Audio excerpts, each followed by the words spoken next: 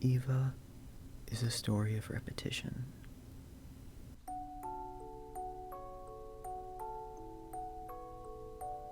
It is a story where our protagonist faces the same situation many times over and determinedly picks himself back up again.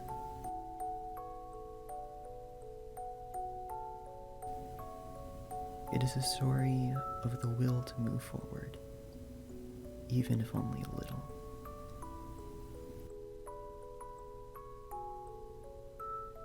It is a story of the resolve to want to be together, even though it is frightening to have contact with others and to endure ambiguous loneliness.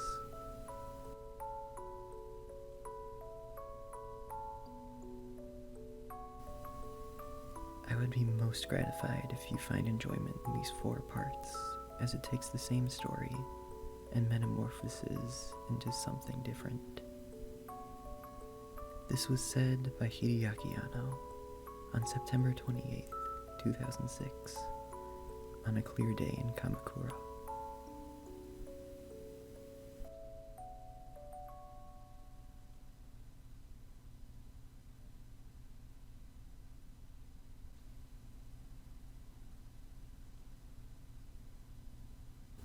In the early 2000s, Hideaki Anno felt like the anime industry was entering a slump.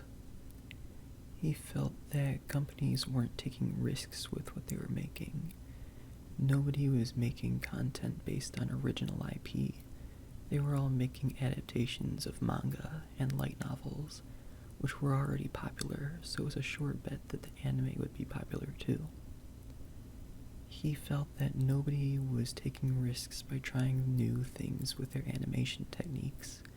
Everybody was just doing the things they knew would work. And so, to force the anime industry out of this slump, he had the idea with his newly formed studio, Studio Kara, to re-release Evangelion as a movie. But not just a compilation of old clips of Evangelion. It would be a newly animated, newly rewritten Evangelion movie.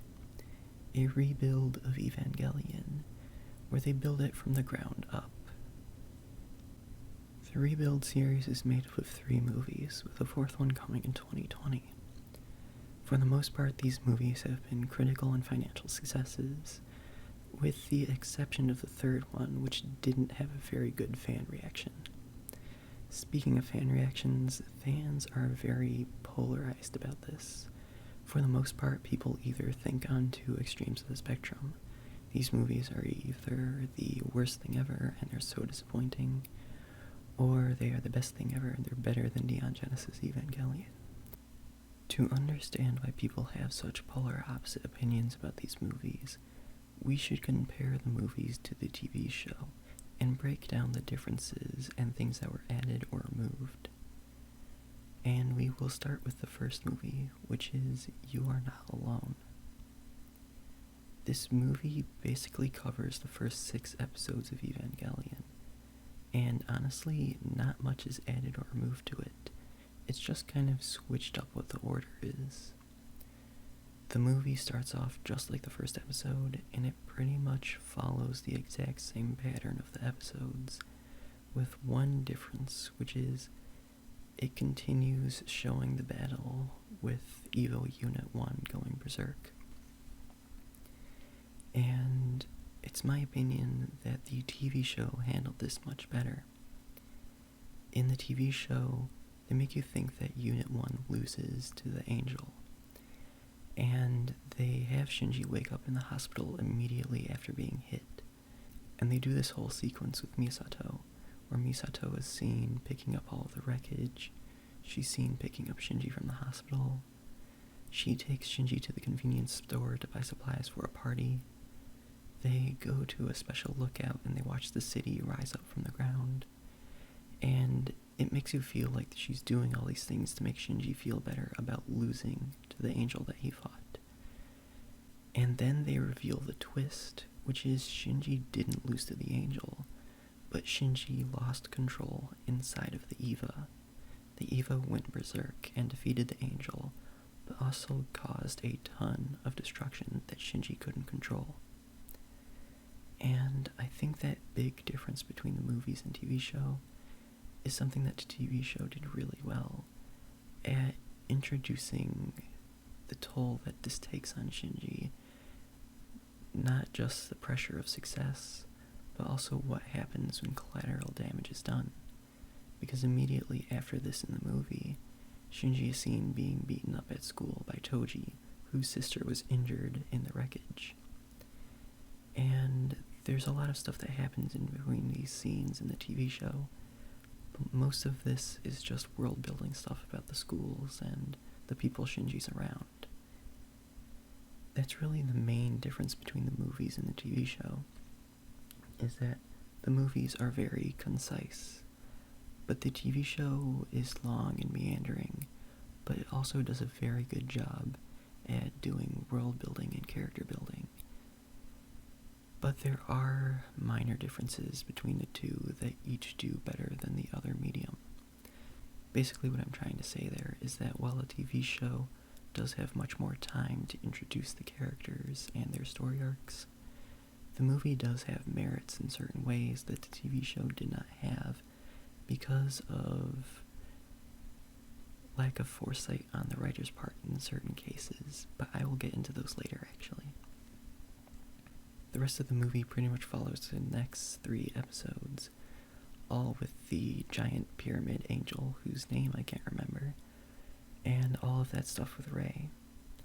But there is one scene that was added to this that I thought was very interesting, and another thing that the movie kind of left a bad impression on me, is that while Shinji isn't certain if he should pilot the Eva for this battle, Misato takes him into Central Dogma all the way down to the lower levels, and she reveals to him that Nerve is guarding Lilith. And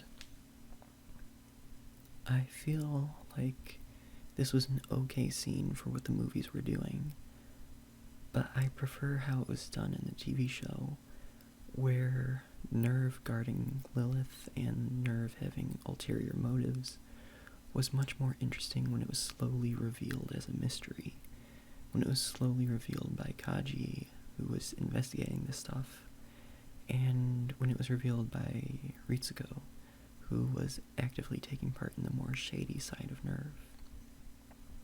And the rest of the movie pretty much ends how that story arc ends. It's Shinji becoming closer friends with Rei, telling her that she just needs to smile, and that she shouldn't say sad things like goodbye, and it's heartwarming and fine. Even though this is the movie with the least amount of changes, I do personally consider it to be the most disappointing one. And that's because it takes a story that I've already seen before and just presents it in a least interesting way. And it ranges from little things like the way they edited the fight with Shinji and the first angel that he fights, where they just completely remove the fake out from the original. And I felt like that added more dramatic punch in the original. And then there's stuff like Shinji running away. He only runs away once in this movie, and then he's just like, okay, time to go do it again. But in the show, there was much more of a struggle, and you got to learn more about how people view people working at Nerve. You know, you have that whole thing with Shinji and Kensuke camping, and I just found it way more compelling in the show than in the movie. And then there's stuff like revealing that Misato knows about Lilith, and straight up showing Shinji Lilith. And it works within this movie, but when you realize that Lilith is completely attached to storylines for characters like Kaji, it really makes you wonder what they were planning on doing with him, when Lilith being in Dogma was already common knowledge. Speaking of Kaji, it's now time to talk about the second movie, which is You Cannot Advance. The second movie has the most changes done to the original storyline, but I actually think that it's for the best. You get changes like Asuka's introduction, being her solo fighting an angel, and it makes her seem like much more of a competent pilot, unlike the TV show where Shinji helps her take out the angel, and she honestly feels like she's all talk and no walk, which is totally a phrase that people say. Even though the fight in the show is way more iconic, the movie handles it much better and makes her seem way more competent at being an EVA pilot. And then you get scenes like the aquarium scene, which is perfect for character introduction and character development. You have conversations like Shinji and Rei, where Rei says that she feels like the fish or the tank are just like her. You get that conversation between Shinji and Kaji, where Kaji tells him about the second impact and how Misato was involved. And then you get Asuka being a loner, and how she really doesn't connect to any of the other people. And how she may be a loudmouth, but she's actually pretty sensitive. This movie is actually very brilliant at its character development, and it really rivals the show on this, and that's something I really praise the show about.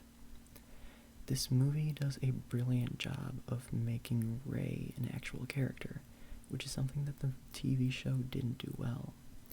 As I said in my other video, Hideaki Anno admitted to completely forgetting about Rei as a character, and that's why she's so bland in the original. But in this, she's actually a really compelling character. I will say that one thing I sort of wish they did in this movie is the fight with all three Evas together. While they did use a really iconic scene, and it was really well animated in this movie, I think a better scene that they could have used is the blackout scene from the TV show, where there's that spider angel attacking. And I feel like if they used this scene, they could make a better case for the relationship between Shinji and his father, because in that scene, Shinji sees his father being a good leader, but you didn't really have anything like that in this movie. Now it's time to talk about the third and most controversial movie you cannot redo. And I'm going to be honest, even though this movie is so hated, it's honestly not a bad movie. This movie pretty much plays with the concept that Shinji is stuck within Unit 1, inside its core, and he stays there for years, until eventually he just wakes up inside of it, and he finds out that while he was asleep, the entire world of Evangelion just continued on without him. There's been a war between Seele, Nerve, and a new group called Will. And honestly, this is a really interesting concept, but there are two major problems with this movie that kind of brings it down for people. The first problem is that nobody expected the movie to turn out like this, even the writers. At the end of the second movie, there is a next movie preview, and it shows that the third movie would have followed much closer to what happens next in the original series. But as you can see, that isn't what they decided to go with. They decided to go with a storyline that is completely new. The problem with that is that it completely drops storylines that they were already building up. Like with what happened with Kaji. He's introduced in the second movie, he's shown to have a bigger part in the third, but the third movie just completely cuts him out altogether. And then there's the problem of the new things that they introduced in the second movie that they just didn't follow through with in the third one. And then there's characters like Mari, who's shown to be very knowledgeable about the EVA. The second movie was her introductory movie, but she was barely in it. And then she's in this movie, but once again, she's barely in it. And the problem with that is that to have her be an interesting character, you need to build her up. But in switching so much like this, they've just completely forgotten about her. So to summarize, what makes the third movie so disappointing is that not only does it completely drop previous storylines that they were clearly building, but it doesn't even fully follow through on the new storylines that they were also building. It just kind of drops everything and then goes in a direction that nobody even expected. So even though I do actually like this movie, I do have to admit that it would have been more interesting to see a third movie that just followed through with everything they were building on. And that's really all I have to say about the movies that have been released so far. But there is the fourth movie that we have been expecting for a very long time. And while there's nothing I can really say about the fourth movie, I can talk about what's been happening behind the scenes with this movie. And it's mostly that Anno was just so depressed with what he was doing that he quit making movies altogether.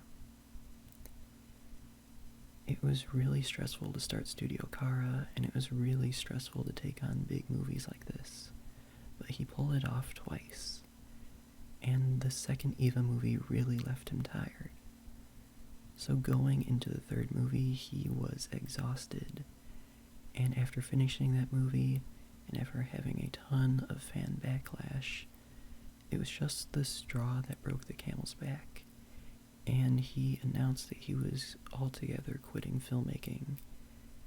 And for the longest time, we just thought that there would never be a fourth Eva movie, until his friend Hayao Miyazaki got him to go back into filmmaking by making a short film called something like Giant God Creatures Invade Tokyo. And then he got the opportunity to make the Shin Godzilla movie. And it seemed like this break that he took really revitalized him and his interest in making movies, because we got more updates about this fourth movie, and it's supposed to be coming out in 2020. And honestly, I am pretty excited to see what this is. While I may have been a little disappointed about the third movie, I really want to see where the Rebuild series goes and if it can end in a way that's very satisfying. I don't want to have my hopes too high, but I do want to see if they're able to follow through with a lot of things they've introduced. Or else they'll have to make like a rebuild of the Rebuild movies or something. Now that this video is coming to an end, I'd like to address something that actually bothers me. A lot of people have been saying bad things about Anno.